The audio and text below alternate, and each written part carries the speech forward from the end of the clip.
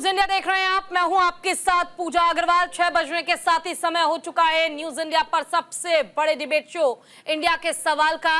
और आज का मुद्दा बेहद गंभीर, क्योंकि जिस तरह से औरंगजेब को लेकर विवाद मचा हुआ है, इसी पर आज चर्चा करेंगे। मुगल बादशाह औरंगजेब एक बार फिर सुर्खियों में आ चुका है। इस बार मामला सिर्फ इतिहास के पन्नों तक सीमित नहीं है, बल्कि बॉलीवुड की फिल्म छावा समाजवादी पार्टी के नेता अब्बू आजमी के बयान और महाराष्ट्र की सियासत ने इसे और गर्मा दिया है। औरंगजेब और छत्रपति शिवाजी महाराज के बीच सदियों पुरानी दुश्मनी आज भी लोगों के जहन में ताजा है। अब इस मुद्दे पर सियासत तेज हो गई है। समाजवादी पार्टी के नेता और महाराष्ट्र विधायक अब्बू आजमी ने औरंगजेब की तारीफ करके विवाद को और हवा दे दी है। आजमी ने कहा है कि औरंगजेब क्रूर शासक नहीं था, उसने कई मंदिर बनवाए हैं और उसके शासन में भारत सोने की चिड़िया था। इतिहास को गलत ढंग से पेश किया जा रहा है। आजमी ने यह भी दावा किया कि औरंगजेब और संभाजी के बीच भी लड़ाई धार्मिक नहीं बल्कि सत्ता की थी। आज इसी पर करेंगे चर्चा, लेकिन उससे पहले देखिए हमारी खास रिपोर्ट।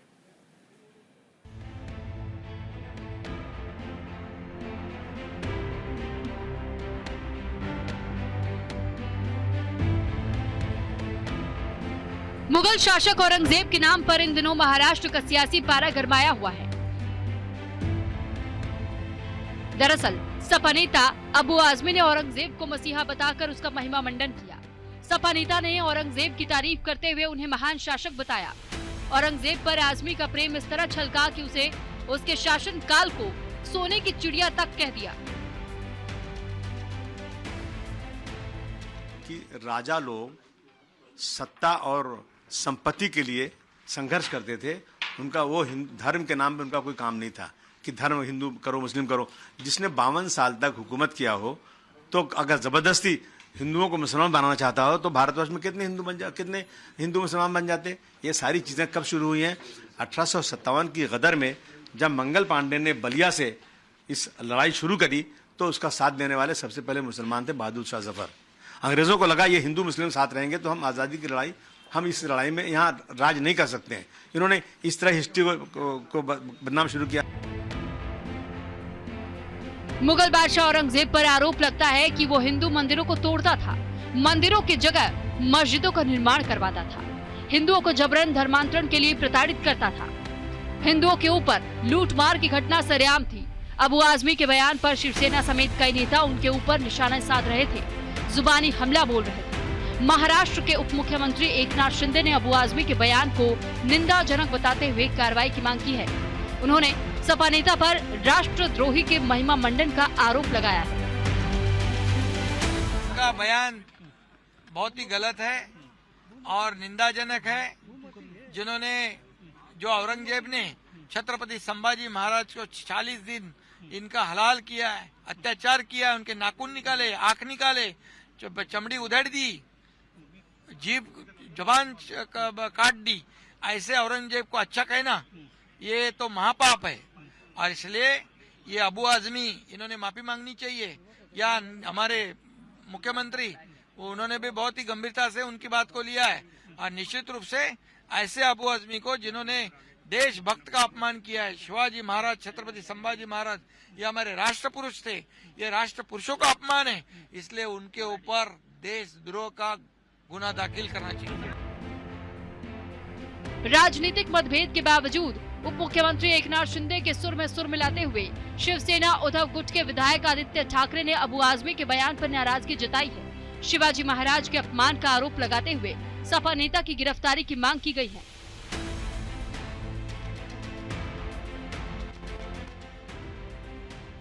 आपल्याला आठवत असेल पोडियमवर पण सांगितलं होतं की कोणाचा इशारा होतो आणि कोण उठतं काय बोलायला, ह्याच्याकडे मला वाटतं कारवाई झालीच पाहिजे याच्यावर। आणि महत्वाची गोष्ट हीच आहे की छत्रपती शिवरायांच्या महाराष्ट्रामध्ये असं जे कोणी वक्तव्य करत असेल त्यांच्यावर कारवाई झालीच पाहिजे। अब्बू आजमी ने रमजान के पाक महीने में औरंगजेब पर बयान देकर मुगलिया शासक के जिन को फिर से जिंदा कर दिया है। महाराष्ट्र में सपा नेता के बयान को मराठा स्वाभिमान से जोड़कर देखा जा रहा है। इसी बीच बीजेपी नेता राम कदम ने अब्बू आजमी को इतिहास पढ़ने के साथ साथ हालिया रिलीज हुई फिल्म छावा देखने की नसीहत दी है, जिसमें औरंगजेब की क्रूरता को दिखाया गया है।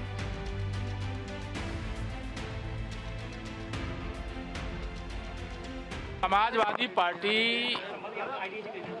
के अंदर क्रूर शासक, मुगल शासक औरंगजेब की आत्मा प्रवेश कर गई है। श्री अखिलेश यादव जी को इस पर माफी मांगनी चाहिए और आबू आजमी जैसे जो समाजवादी पार्टी के विधायक हैं उनके खिलाफ तत्काल कार्रवाई करनी चाहिए। देश छत्रपति शिवाजी महाराज का अपमान नहीं सह सकता है। इसका बहुत करारा जवाब महाराष्ट्र भी देगा, उत्तर प्रदेश भी देगा और पूरा देश देगा। कुछ समय पहले एक फिल्म रिलीज हुई है जिसमें शिवाजी महाराज के बेटे छावा के बारे में दिखाया गया है, किस तरह मुगल बादशाह औरंगजेब ने उनके ऊपर जुल्म ढाया था, शिवाजी के पुत्र को किस कदर यातनाएं दी गई थी। लेकिन आजमी ने मामले को बढ़ता देख माफी मांग ली है। सियासत अभी भी जारी है। Bureau report, news India.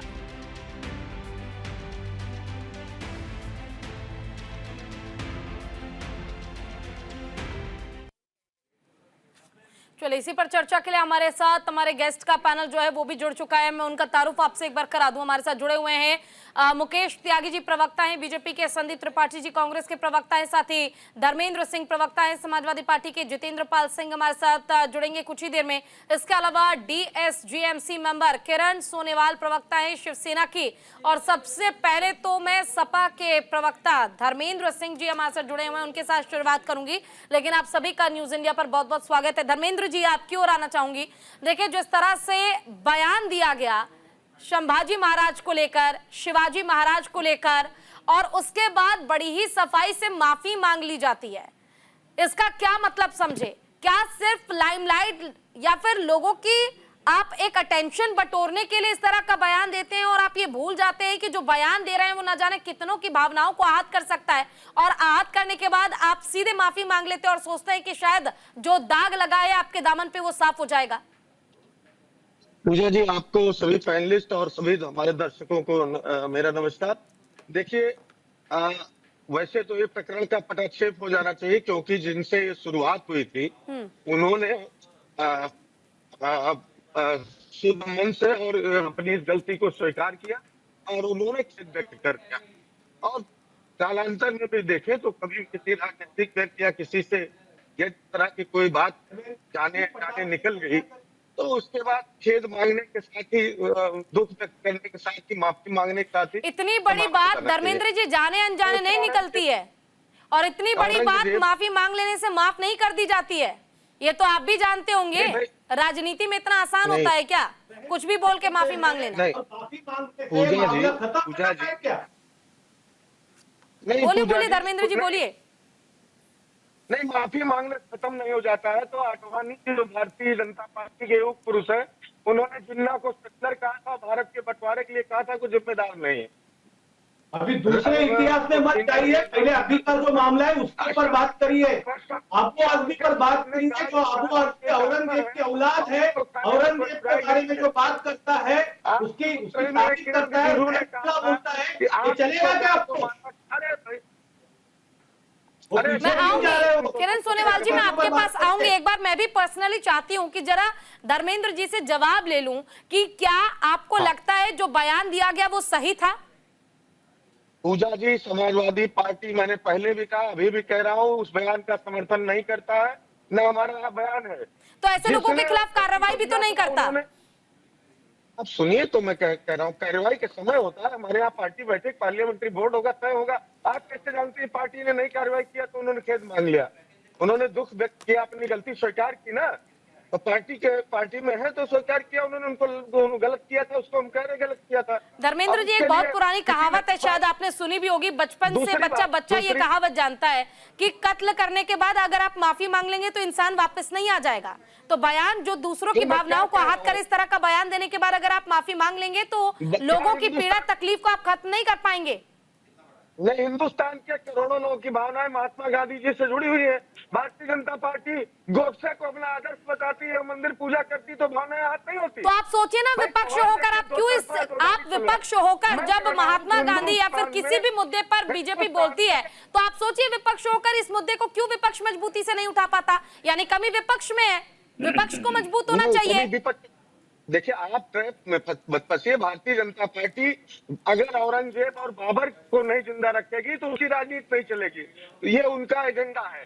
सवाल सबसे महत्वपूर्ण ये है कि औरंगजेब जिसने अपने भाई की हत्या किया, जिसने अपने राजनीति के लिए अपने पिता को नहीं बख्शा, उसमें लाख अच्छाई बुराई जो भी रही हो, हर शासक का कुछ अच्छा कुछ बुरा होता है, लेकिन ऐसा व्यक्ति हिंदुस्तान के लिए आदर्श नहीं हो सकता।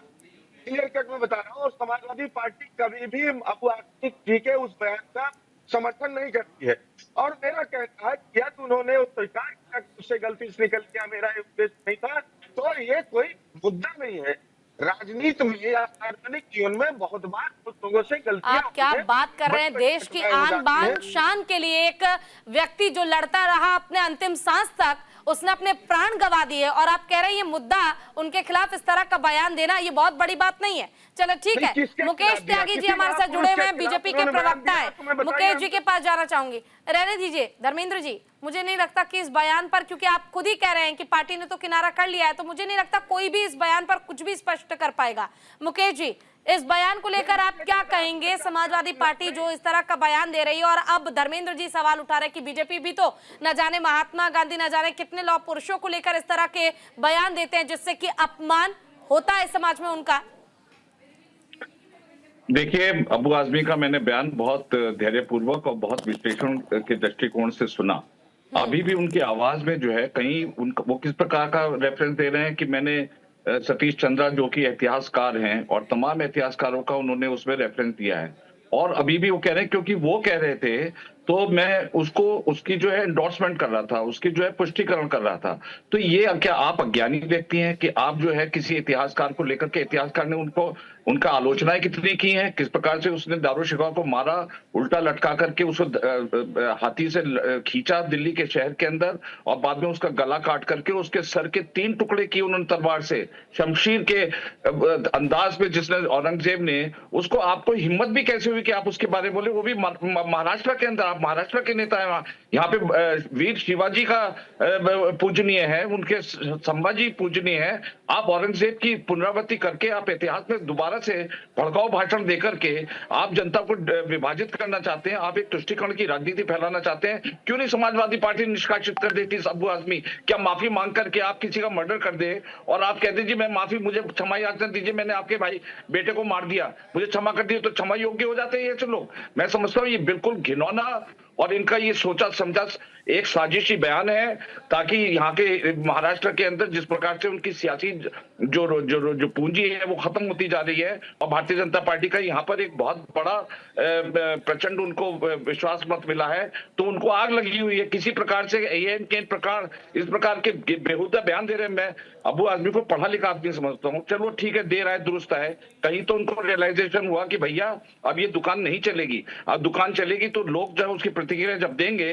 तो किसका बयान कर रहे हैं? औरंगजेब। अरे इतिहास पढ़िए, आप इतिहास उड़ा करके देखिए, इटालियन इतिहासकार ने उसके खिलाफ में कितना लिखा हुआ है, किस प्रकार से उसने भाइयों को मारा है, बाप को जो है आगरा के जेल के अंदर पानी तक नहीं दिया, पानी की सप्लाई रोक दी, और उसको तड़पा कर अपने बाप को मार दिया। तो उन्होंने किसको छोड़ा? उन्होंने जजिया टैक्स लगाया नॉन मुस्लिम्स के ऊपर, तमाम जो उन्होंने शियास भाइयों को भी मारा उन्होंने, मतलब अपने जो, ताकि वो उनके खिलाफ ना कर पाए। शिवाजी का तो खैर जिस प्रकार से उन्होंने अपमान किया वो तो अलग बात है, किस प्रकार संभाजी को मारा, गुरु तेग बहादुर ले लीजिए, गुरु गोविंद सिंह देख लीजिए, उनके बच्चों को जो है चिनवा दिया जिंदा, और जब वो बच के निकल गए तो फिर उनका सर काट के रख दिया। तो ये तो क्रूरता का इतिहास है औरंगजेब का। मैं समझता हूँ उसका नाम लेना भी हम लोगों को गुनाह समझना चाहिए। और अबू आजमी उनकी तारीफ इतिहास के पन्नों को एक बार फिर से अबू आजमी को पढ़ना चाहिए, उन्हें देखना चाहिए कि देश को आजाद कराने के लिए, अपने धर्म को बचाने के लिए न जाने कितनी ही लड़ाई और कितने ही जंग हुए, और कितने ही लोगों ने अपने प्राण की आहुति दे दी, और तब जाकर आज हम सब सुरक्षित है। और उस इतिहास पर सवाल खड़े करने का अधिकार मुझे नहीं लगता कि इस देश में किसी को भी मिलना चाहिए या फिर होना चाहिए। संदीप त्रिपाठी जी हमारे साथ जुड़े हुए हैं, उनका रुख करते हैं। संदीप जी, देखिए जो बयान दिया गया, औरंगजेब जो करता था वो बेहतर करता था, और संभाजी महाराज, शिवाजी महाराज पर जो सवाल खड़े किए जा रहे हैं, इसको लेकर क्या कहेंगे आप? मुझे लगता है ये छावा जो फिल्म आई है, ऐसी पिक्चरों का आना बहुत जरूरी है, क्योंकि आज के जो जनरेशन के युवा हैं, इन्होंने इतिहास के पन्नों पर पढ़ा तो है, लेकिन अगर बिग स्क्रीन पर देखेंगे भी तो इन्हें और गहराई से समझ में आएगा कि जो लोग थे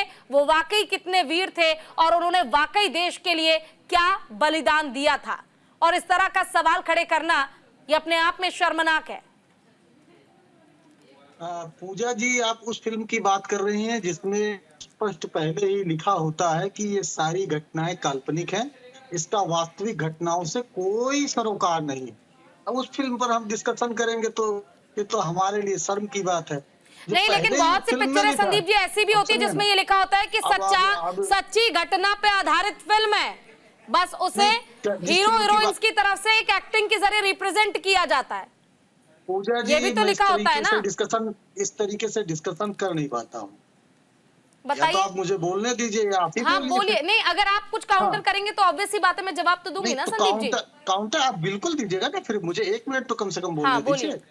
क्या जिस फिल्म की आप बात कर रहे हैं उस फिल्म में ये लिखा है कि नहीं लिखा है जो मैं कह रहा हूँ?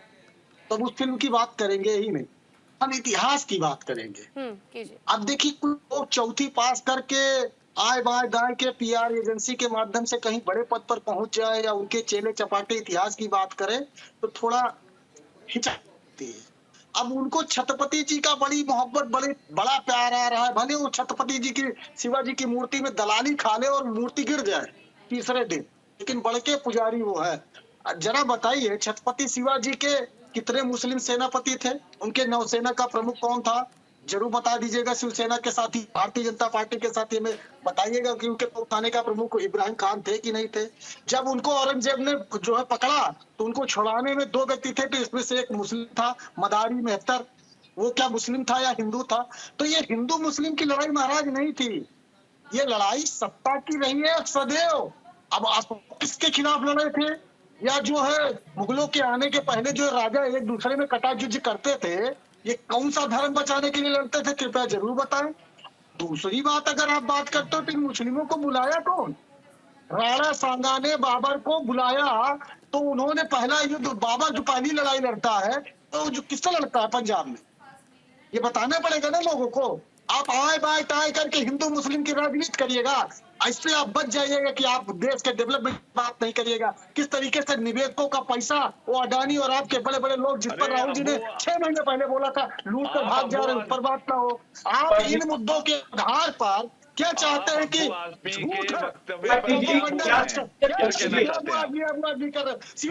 क्या जानते हो? बताओ मुझे, बताओ। महाराष्ट्र हो ना, क्या जानते हो शिवसेना जी, छत्रपति शिवाजी के बारे में क्या जानते हो? बताओ मुझे। जनता कुछ नहीं, बस आकर सिर्फ नौटंकी कर, हिंदू मुस्लिम की राजनीति करके आकर जनता के साथ खेलोगे? नहीं चलेगा। आप समय के ऊपर रमजान दो समाजों में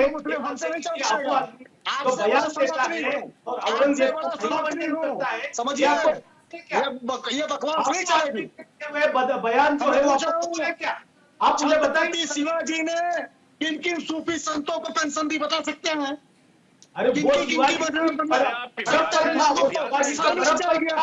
औरंगजेब का बड़ा शिवाजी का बड़ा था, शिवाजी का बड़ा था, औरंगजेब का बड़ा नहीं था। शिवाजी का बड़ा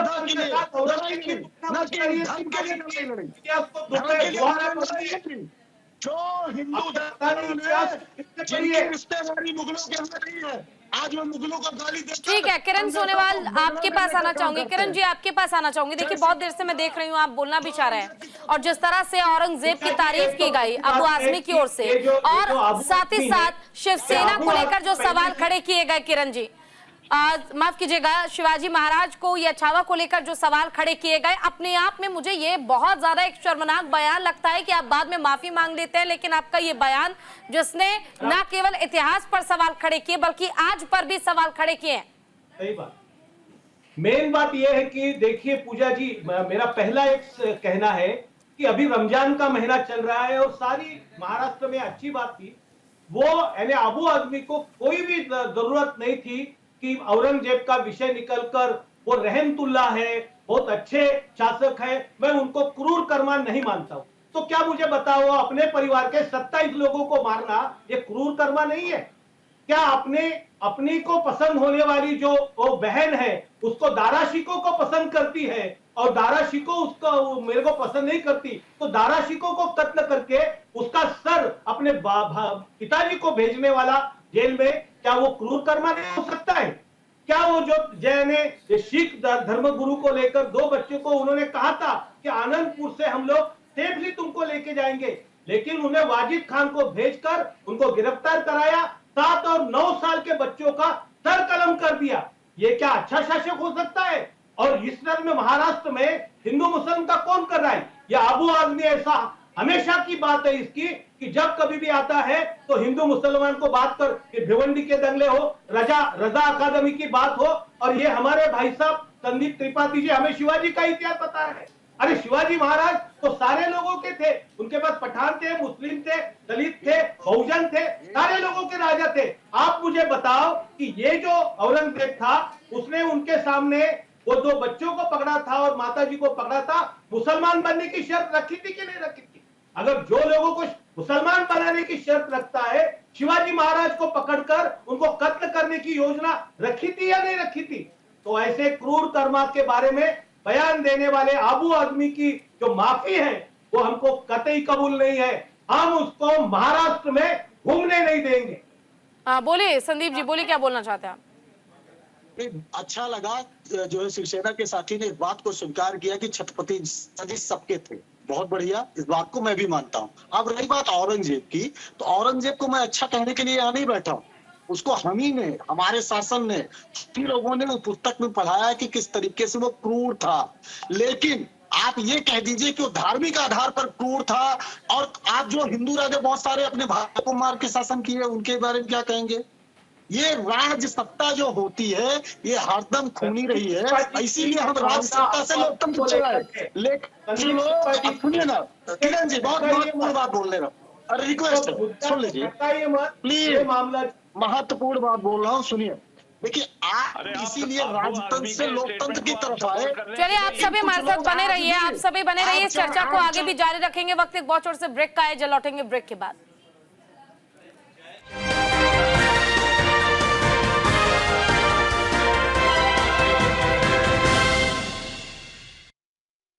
चलिए ब्रेक के बाद एक बार फिर से स्वागत है आप सभी का, और हमारे साथ हमारे गेस्ट का पैनल लगातार जुड़ा हुआ है, उनका ही रुख कर लेते हैं। और धर्मेंद्र जी आपके पास आना चाहूंगी,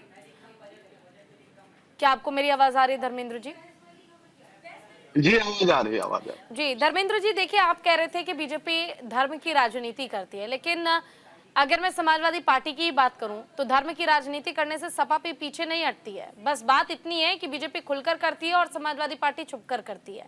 और अगर नहीं करती तो जिस तरह से अबू आजमी ने बयान दिया कि औरंगजेब तो एक अच्छे शासक थे, तो मुझे नहीं लगता कि अभी जब सब कुछ एकदम शांत है महाराष्ट्र में, तो उस बीच इस तरह का बयान देना ये जरूरी था। और बयान देकर एक विशेष वर्ग को आप अच्छा बता रहे हैं, यानी क्या तुष्टीकरण की राजनीति वहां पर करने की कोशिश की जा रही है? आपको नहीं लगता कि ये गलत है? देखिए पूजा जी, हम लोग संविधान को मानने वाले हैं,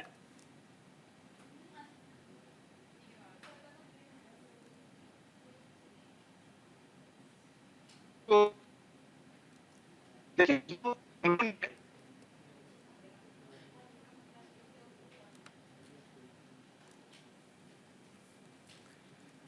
धर्मेंद्र जी, शिवसेना के साथी बड़े जोर शोर से को नाम लेने रह गया है। छत्रपति शिवाजी महाराज की चलिए दोबारा आऊंगी आपके पास, आपकी आवाज नहीं आ पा रही है नेटवर्क इशू की वजह से। मुकेश त्यागी जी, प्रवक्ता बीजेपी के हमारे साथ जुड़े हुए हैं। मुकेश जी, देखिए महाराष्ट्र में जिस तरह से हालात बने हुए हैं, हम देख पा रहे हैं देवेंद्र फडणवीस और जिस तरह से एकनाथ शिंदे के बीच थोड़ी खटपट चल रही है, वो खुलकर सबके सामने है। क्या ये समझा जाए कि इस बीच इस तरह का बयान देकर तुष्टीकरण की राजनीति करने की कोशिश इसलिए की जा रही है कि कहीं आपदा में अवसर मिल जाए समाजवादी पार्टी को? देखिए कहीं पर कोई किसी प्रकार की कोई द्वंद नहीं चल रहा है। फडणवीस जी ने खुलकर के बोला है और एकनाथ शिंदे जी ने उसका अनुमोदन भी किया है कि हमारे बीच में कोई तकरार नहीं है। हाँ, विचार विभिन्न हो सकते हैं क्योंकि दोनों सरकारों की अपनी नीतियां, उनके विचार हैं, लेकिन उसको कहना कि द्वंद्व हो रहा है और ये मौके पे चौका लगाने के चक्कर में तो ये सपने में ख्वाबों में भूल जाएं। ये तो वो लोग हैं जो सनातन के पूर्ण उन्मूलन की बात करते हैं। सनातन को वायरस कहते हैं, डेंगू कहते हैं, कोरोना कहते हैं। तो ये तो वो काल्पनिक राम के वो भक्त हैं जो कि अपने जो भाईजान हैं इनके औरंगजेब, आलमगीर औरंगजेब, ये बगला भगत जो हैं, किस प्रकार से यहाँ पर जो है हिंदू मुस्लिम की राजनीति चमकाने की, पुनरावृत्ति करने की जो कोशिश करी है।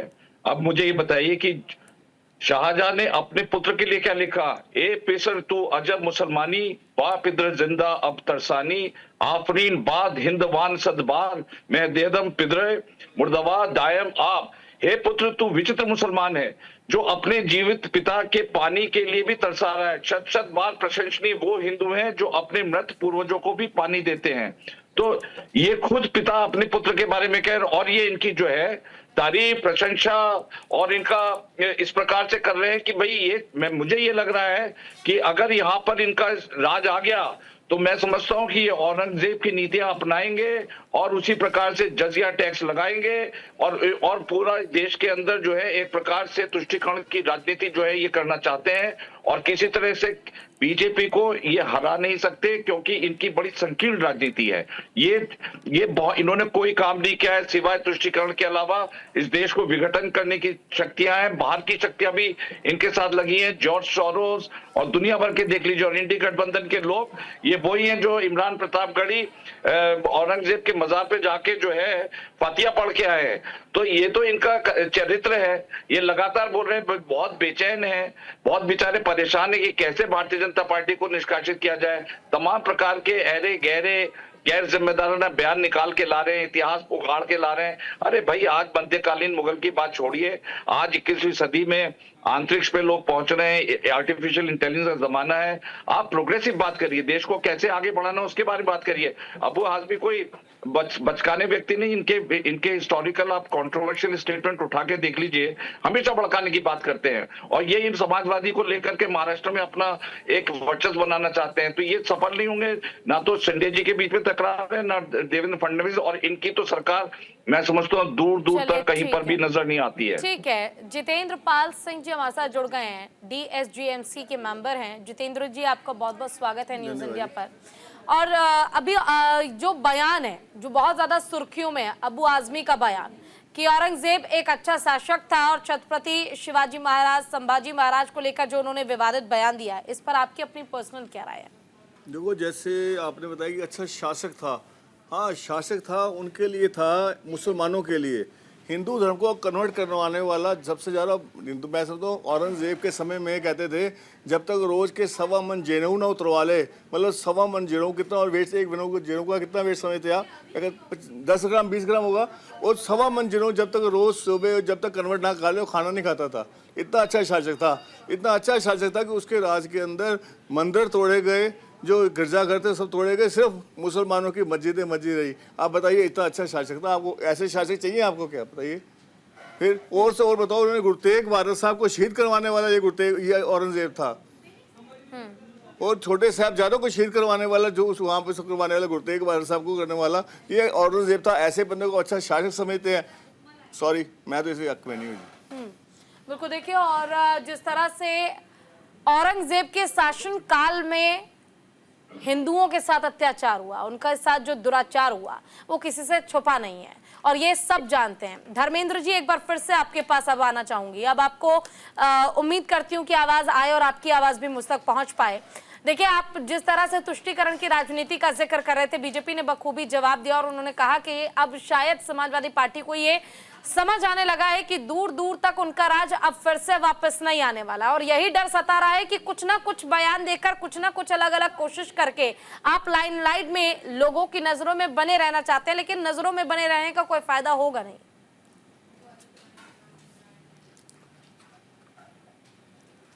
धर्मेंद्र जी। जी जी जी बताइए। हमको लगता है जी, देखिए, हमने अबू आसिम को लेकर के जो हमको कहना था, पार्टी का स्टैंड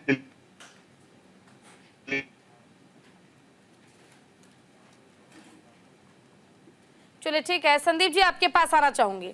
देखिए, अभी आपने सुना किस तरह से लगातार औरंगजेब को लेकर चर्चा हुई, तुष्टीकरण की राजनीति को लेकर चर्चा हुई, लेकिन क्या वाकई ये समझा जाए कि विपक्ष को अब अपने अंत का डर सताने लगा है और इसी कारण से इस तरह की हर कोशिश की जाती है, इतिहास को वापस से उठाकर लाया जाता है कि कहीं कोई मौका शायद उनके लिए सुनहरा पल हो और उनकी जिंदगी की तकदीर जो है या फिर उनकी पार्टी की जो लकीर है उसे बदल कर रख दे। पूजा जी, बड़ी विनम्रता के साथ एक बात कहूंगा कि विपक्ष ऐसी कोई बात नहीं करता है। इस देश में जितने भी धर्म हैं सारे धर्मों का सम्मान है, लेकिन भारतीय जनता पार्टी को हिंदू मुस्लिम की राजनीति सूट करती है। अभी मुकेश जी ने कहा जजिया कर। जजिया कर वो था कि किसी भी धार्मिक यात्रा पर या आप दर्शन करने जा रहे हैं तो उसके लिए टैक्स लेती थी उस समय की, जो भी राजा था वो या बादशाह था वो लेता था। लेकिन जरा ये बताइए कि अभी आप काशी विश्वनाथ जाइए तो 300 रुपए आप ले रहे हैं मोदी जी की सरकार में। ये क्या है साहब? यही जजिया कर है। आप औरंगजेब को पीछे छोड़ चुके हैं। अरे सुनिए ना, आते हैं सब्सिडी पर, आते हैं, थोड़ा ध्यान रखिए ना। मंदिरों को लूटने वाले लुटेरे राम की मंदिर तक की जमीन को दलाली करने वाले भारतीय जनता पार्टी के आर्य समाज ही हमको ज्ञान देंगे सनातन पर। शर्म करिए। जो पकड़े गए, जिन पर आरोप लगा कि भगवान राम की जमीन में दलाली की हो, वो आज सनातन पर ज्ञान दे रहे हैं। काशी विश्वनाथ में 1000 से ज्यादा मंदिरों को तोड़ने वाले आज मंदिर पर ज्ञान दे रहे हैं। बाद में वही है जो शाहबानों, कम से कम 7 शाहबानों के लिए, आज वो अरे शाहबानों के लिए आपने क्या किया था? मतलब कौवा गीता ज्ञान दे रहा है। बताइए बताइए महाराज, कोई साधु सन्यासी बोलता तो बोलते, ये धर्म व्यापारी धर्म का धंधा करने वाले। अरे संदीप भाई साहब, शाहबानों में क्या किया था आपने, जरा बताइए खुल करके। सनातन बहुत मानते हैं ना, शाहबानों के बारे में बताइए क्या किया था राजीव गांधी ने। दर्शन को मानते हैं, जरा बता दीजिए। अरे राजीव गांधी ने शाहबानों के केस में क्या किया था, जरा उसके बारे में बताइए। क्या कहा था मनमोहन सिंह जी ने? अरे भैया, आप लोग तो तुष्टीकरण की दुकान फैक्ट्री खोल के बैठे हुए हैं। मंदिर पूजा का विरोधी तुम्हारा संगठन आरएसएस कौन सी देवी देवता का पूजा करता है? आप मुझे आप ये बताइए, शाहबानों के केस के बारे में भी कुछ इशारा करिए। हिंदुवादी संगठन है। अरे आप लोगों ने तुष्टीकरण की फैक्ट्री खोल रखी थी, वो बंद हो गई है। आप लोग सब जगह हार रहे हैं। मुझे ये बताइए, मुझे आप जैसे दलाली नहीं की। अरे दलाली आप लोग, लाल किसान अरे किया कि हमने हमारा राम मंदिर विध्वंस में हमारा हाथ था और ज्ञान दीजिएगा हमको। आकर अरे मंदिर पर कब्जा कर लिया आपके लोगों ने, ट्रस्ट बनाया चंपत राय बंसल, जैन धर्मावलंबी को सनातन का मुखिया बना दिया आपने। आप हमको सनातन पर ज्ञान दीजिएगा, नहीं दे पाइएगा। अच्छा, 100 चूहे खा के बिल्ली हज को चली, 100 चूहे खा के बिल्ली हज को चली। अरे 100 चूहे खा के बिल्ली हज को चली, 100 चूहे खा के बिल्ली हज को चली। आपका तो इतिहास इतना खतरनाक है, अगर मौका मिलता तो आप देश को जो है इमरजेंसी के घर पे परमानेंटली डाल देते। ठीक है, किरण सोनवाल जी के पास जाना चाहूंगी। किरण जी, आपके पास आना चाहूंगी। देखिए, मुझे लगता है इस तरह का आरोप प्रत्यारोप अगर करना ही है तो इसके लिए तो हर रोज हम बैठते हैं डिबेट करने के लिए, लेकिन आज मुद्दा औरंगजेब का है और आज मुद्दा शिवसेना जिस तरह से लगातार इस मुद्दे पर सवाल खड़े करती रही है। त्रिपाठी जी, देखिए, मंदिर पे ज्ञान, इसके लिए हमने बहुत चर्चा की, और मंदिर पे ज्ञान की अगर आप बात कर रहे हैं ना, तो राम मंदिर बनाने का मौका आपके पास भी था जब आपकी सत्ता थी, नहीं बनाई ना? क्यों नहीं था आपके पास मौका? इन्होंने उनके खिलाफ मौका आपके पास था, सत्ता आपके हाथ में थी। अरे बनाकर मंदिर बना क्या? पूजा जी का मतलब कहा? पूजा जी, आप मानते हैं कि सुप्रीम कोर्ट के माथे पर बंदूक रखाकर मोदी ने फैसला लिखाया? पूजा जी, इन्होंने तो हलफनामा दे रखा है, हलफनामा। उसका मुकदमा हमारे पूर्वजों ने लड़ा, इसमें अरे इन्होंने हलफनामा दिया हुआ है। तो लड़ा, अब राम मंदिर बन गया तो खुश होइए ना, खुश होइए ना। नहीं, हम खुश हैं। नहीं खुश, आपके चेहरे पे तो दिख ही नहीं रहा है। अरे अरे इनको भी किरण जी आपके पास आना चाहूंगी। देखिए महाराष्ट्र में छावा और जिस तरह से शिवाजी महाराज को लेकर विवाद हो रहा है, अबू आजमी ने जो बयान दिया, क्या ये समझा जाए कि क्षेत्र के हिसाब से या राज्य के हिसाब से ही बयान दिया जाता है विपक्षी पार्टियों की ओर से, ताकि वहां के वोट बैंक के वहां की राजनीति को वो प्रभावित कर पाए, और इसी का परिणाम है कि समाजवादी पार्टी अपना महाराष्ट्र में वर्चस्व कायम तो कर नहीं पा रही है, तो कोशिश ये की जा रही है कि जैसे तैसे बस चर्चा में आ जाए, लोगों की जुबान पे सपा का नाम आ जाए, एक बार लोग जाने तो सही कि कोई पार्टी आई है मैदान में। पूजा जी, वैसा तो यानी सपा कोई दखल देने लायक पार्टी महाराष्ट्र में तो है नहीं, लेकिन ये इनका जो विधायक है, इनको यानी मुलायम सिंह जो है यानी उधर के जो नेता वगैरह जो है अखिलेश यादव वगैरह, उन्होंने इनको बताना चाहिए कि भाई ये जिस तरह से बयान कर रहे हैं, इससे महाराष्ट्र में नहीं तो देश में दंगे भड़काने का इनका प्लान है। इनको महाराष्ट्र में कोई जगह नहीं है, और ये बीच बीच में ऐसे धार्मिक यानी आप उनका पूरा इतिहास देख लो अबू आजमी का, कि रजा अकादमी का होने के बाद में तभी इनके बयान आए थे, भिवंडी में जब कुछ मामला हुआ था तभी इनके मामले आए थे। ये कभी भी जब कभी दंगे होते हैं उसका निषेध के लिए कभी सामने नहीं आता है। मुझे बताइए कि अभी समझो ये मामला हुआ है, यानी अबू आजमी का बयान आया, कौन सा मुस्लिम संगठन सामने आके, कौन सा मुस्लिम नेता सामने आके इसकी निंदा, कड़ी निंदा की है? क्या असुद्दीन ओवैसी आई है या बाकी कोई आया हुआ है, उनका कोई संगठन आया हुआ है? तो जब समझो इनके मन में अगर समझो औरंगजेब के लिए अगर प्रेम है, ये है, तो हम लोग ये बर्दाश्त करने वालों में से नहीं है। और महाराष्ट्र क्या पूरे हिंदुस्तान में औरंगजेब का नाम कहीं नहीं चलेगा, हम लोग बर्दाश्त नहीं करेंगे। औरंगजेब ये क्रूर कर्मा था, ये कौन सा प्रशासक था, ये धीरेन्द्र पाल जी ने बता दिया, और इसको लेकर जानबूझ के एक समाज की भावना भड़काने के लिए जो चिढ़कर सामने आए, इसके लिए हर बार अबू आजमी इस तरह की प्रक्रिया करते रहते। उनका कोई औकात नहीं, महाराष्ट्र में कोई स्टेटस नहीं है। जितेंद्र जी आप दो शब्द बोलूंगा पूजा जी। बोलिए। औरंगजेब की दो चीजें मैं बता दूं, वो बिल्कुल क्रूर शासक था, सब कुछ था, इस बात को हम मानते हैं और इतिहास में हमने पढ़ भी रखा है। लेकिन एक बात है, हमने ये भी पढ़ा है कि वो अपना जीवन यापन टोपी सिलकर करता था। जनता की पैसे पर 8,000 करोड़ के विमान से ना उड़ता था, ना काजू की रोटी खाता था, ना जो है उसके लिए बाहर से मशरूम आता था, ना काड़ी जरी खाता था। एक बात और रही, तो आप उनको अपना इष्ट देव बना लीजिए। अरे बात तो है ना, मान सिंह, अरे आप उनसे आप प्रेरित हो, तो यही तो दिक्कत है। देखिए खूब साधारण जीवन जिया, लेकिन लाखों के सर कलम कर दिए सत्ता के लोभ में, सत्ता के लालच में, और आप कह रहे हैं कि एक साधारण जीवन जीते थे वो। हाँ, साधारण जीवन जीते थे, अभी भी तारीफ के पुल बांधे जा रहे हैं ये।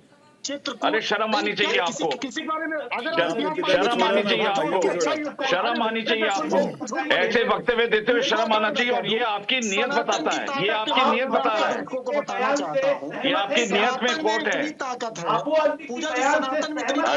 चलिए जितेंद्र जी आपके पास आना चाहूंगी। देखिए जिस तरह की बयानबाजी होती है हमारे देश में, क्या ये समझा जाए कि वाकई इन तमाम राजनीतिक पार्टियों को ये समझ आ चुका है कि लोगों को भटकाने का सिर्फ एक ही तरीका है, या फिर लोगों से वोट लेने का, वोट बैंक बढ़ाने का एक ही तरीका है कि इनके बीच हिंदू मुस्लिम धर्म की राजनीति असल में बात यही है। 300 ठीक है, शांत हो जाइए प्लीज प्लीज। जो बात हमको दीजिएगा। ठीक है त्रिपाठी जी ज्ञान, आप महाज्ञानी, आप महाज्ञानी है। प्लीज शांत हो जाइए प्लीज। मुकेश जी, संदीप जी, शांत हो जाइए। आप औरंगजेब को अपना इष्ट देव बना लीजिए। टोपी सिलते थे, उससे खजाना बढ़ते थे, अपना इष्ट देव बना लीजिए।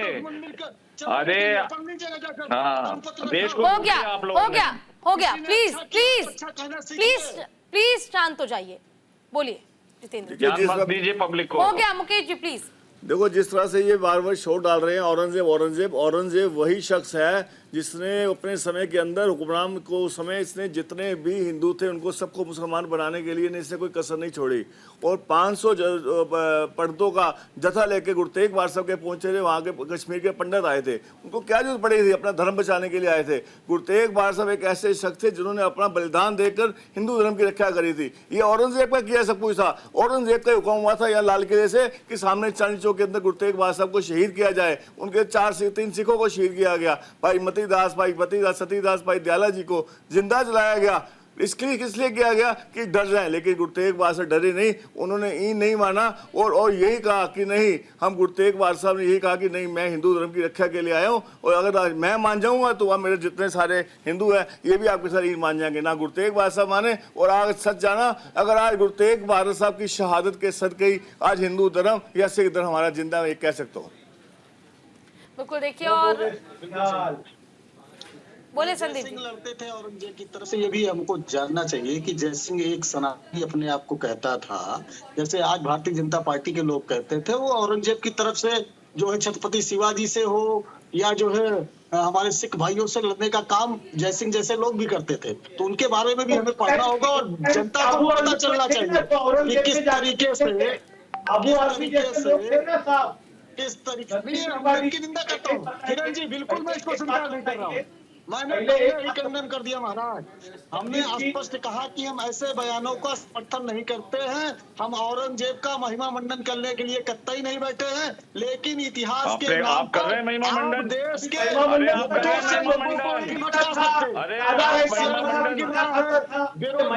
चरम पर है,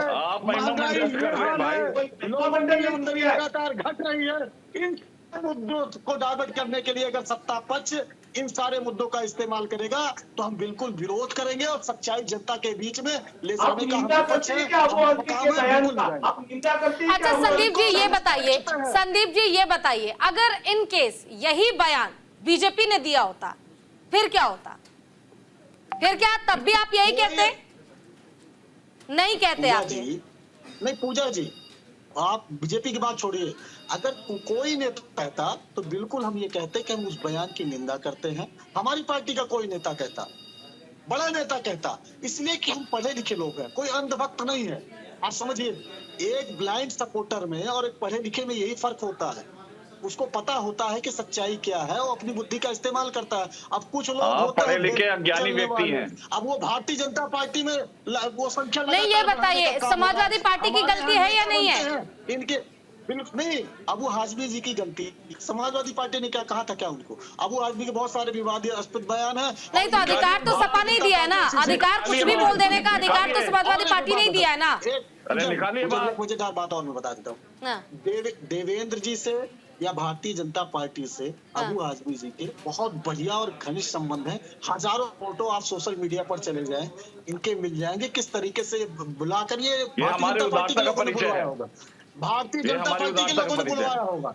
क्योंकि देखिए, हिंदू मुस्लिम करने के लिए कुछ तो चाहिए ना। संदीप जी ये बयान ये थोड़ा जचा नहीं, ये जचा नहीं संदीप जी।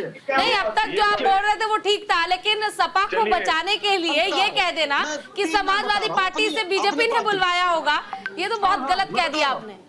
नहीं, ये किया जब यहाँ महाराष्ट्र में चुनाव था, अबू हाजमी जी नहीं चाहते थे कि कांग्रेस का और सपा का जो अलायंस है वो हो। किस तरीके से उन्होंने कांग्रेस के खिलाफ जा बयान दिया, सबको पता है कि चले मुकेश जी से पूछ लेते। मुकेश जी, ऐसा क्यों किया बीजेपी ने, बताइए आप मुझे। ये तो बहुत हास्यास्पद लग रहा है मुझे सुन के भी। अब लोग समय के साथ उनकी असलियत खुल रही है, उनको हम लोग मुझे सबसे बड़ी दुख इस बात का होता है कि पढ़े लिखे व्यक्ति जो है अज्ञान और चुटकुले का उपयोग करते हैं इस प्रकार की बातें करने का।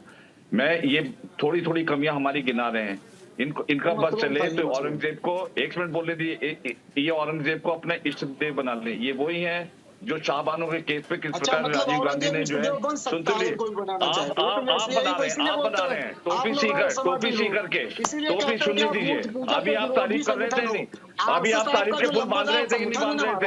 अरे ये वही है पूजा जी, देखिए मैंने बोला बीच में ये बोल रहे हैं, ये वही है जिन्होंने राम को हलफनामा सुप्रीम कोर्ट में दिया कि राम काल्पनिक है। ये जनेऊधारी हिंदू राहुल गांधी, इनका हिंदू के प्रति और इटली के प्रति क्या समर्पण है हमें सब मालूम है। ये बाहर के ज्ञान लेकर के यहाँ पर दिखा रहे हैं उसके ऊपर। मुझे तो इन पे एक शेर याद आ रहा है, चमन सुन लीजिए अपने संदीप जी, सुन लीजिए, सुनने का वो रखिए। आपके ऊपर एक शेर याद आ रहा है, चमन को सींचने में कुछ पत्तियां झड़ गई होंगी, यही इल्जाम लगा रहे हैं हम पर संदीप जी। चमन को रौंद डाला जिन्होंने अपने पैरों से, वही दावा कर रहे हैं इस चमन की रहनुमाई का। अरे आपने देश को तुष्टीकरण की गत में फेंक दिया है। आपके मनमोहन सिंह ने कहा कि पहला नेचुरल रिसोर्सेज पे अधिकार मुस्लिम का। देखिए मैं बताऊं पूजा जी, बिहार में चुनाव आ रहे हैं, बिहार में चुनाव आ रहे हैं, ये राजनीतिक गरम बिहार के चुनाव के लिए कर रहे हैं। ये वहां पर चाह रहे हैं कि बिहार में भी भारतीय जनता पार्टी जीत रही है। इनका पूरा जो है ये स्ट्रेटेजी है कि ये किसी तरह से हिंदू मुस्लिम कराओ, लड़ाई झगड़ा कराओ और वहां पर जो है किसी भी प्रकार से जातियों में विभाजित करो। अरे ये वही थे जो मंडल कमीशन की रिपोर्ट, इसका जवाब किरण जी देंगे ना। किरण जी, मंडल कमीशन की रिपोर्ट क्या सवाल? राजीव गांधी ने जाति जनगणना नहीं होने दी। ये वो राहुल गांधी आज कॉन्स्टिट्यूशन की किताब लेके घूम रहे हैं। अरे कहाँ पे बकले भगते हैं ये लोग। किरण जी की मुस्कान बता रही है कि उनके पास हर सवाल का जवाब है। आप कहाँ पे संदीप जी, आप क्यों बेचारे परेशान हो रहे इतना? अरे प्लीज एक बार किरण जी को भी सुन लेते हैं प्लीज। मुझे लगता है आरोप अगर आप लगाते रहेंगे तो ये लड़ाई जो है खत्म नहीं होगी। संदीप जी आपकी राजनीतिक पूंजी समाप्त हो चुकी है। ये अब पछताए से किरण जी बोलिए। चुक गई खेत आपके खेत चिड़िया चुक गई है। आप हाशिए पे पहुंच चुके हैं। इन वक्तव्यों का असर जनता पे नहीं पड़ रहा है। उन्होंने निंदा तो की और ये माना तुष्टीकरण करिए। चलिए ठीक है मुकेश जी रुक जाइए प्लीज, समय बहुत कम है। किरण जी को बोलने दीजिए प्लीज। हाँ बोलिए किरण जी। एक तो ये जब भी ऐसे कुछ यानी चुनाव आते हैं देश में वगैरह, या महाराष्ट्र में अभी की पालिका के चुनाव आने जा रहे हैं, तो उसमें जमीन पाने के लिए हिंदू मुस्लिम करना समाजवादी पार्टी का हमेशा से एक यानी ये रहा है, हथकंडा रहा है। अभी देखिए कि उन्होंने बयान दिया और दूसरे 24 घंटे के अंदर उन्होंने उसकी माफी मांगी। तो ये महाराष्ट्र का कोई भी यानी जिसमें शिवाजी महाराज को मानने का खून मौजूद है, तो कोई हिंदू हो, मुसलमान हो, जैन हो, क्रिश्चियन हो, वो आबू आदमी को इस बारे में किसी भी तरह से माफ नहीं करेगा। एक तो उसने जो माफी मांगी है वो माफी भी ढंग से नहीं मांगी। माफी के लिए आदमी सीधे तरीके से कहते कि मैंने जो बयान दिया, मैंने जो रहमतुल्लाह कहा है औरंगजेब को, वो वैसे नहीं थे, क्रूर कर्मा थे, ये मान्य करना चाहिए था। अभी भी वो लीपापोती कर रहे हैं माफी देने के टाइम पे। तो ये जो है कर रहे हैं लीपापोती। देश की जो सारे जनता है, ठेकेदार हैं संदीप जी। हाँ बोलिए ना। चले ठीक है। आप सभी का बहुत बहुत शुक्रिया। आप सब हमारे साथ जुड़े, अपना कीमती समय दिया और इतने बड़े मुद्दे पर आपने अपनी राय बताई। लेकिन यहाँ पर अबू आजमी का ये बयान वाकई गलत है, जिसके लिए अब वो माफी मांगते फिर रहे हैं। लेकिन इस माफी का अंजाम क्या जनता इसे स्वीकार करके देगी, ये तो समाजवादी पार्टी को, उनके प्रवक्ताओं को या फिर नेताओं को आने वाला वक्त ही बताएगा। नमस्कार।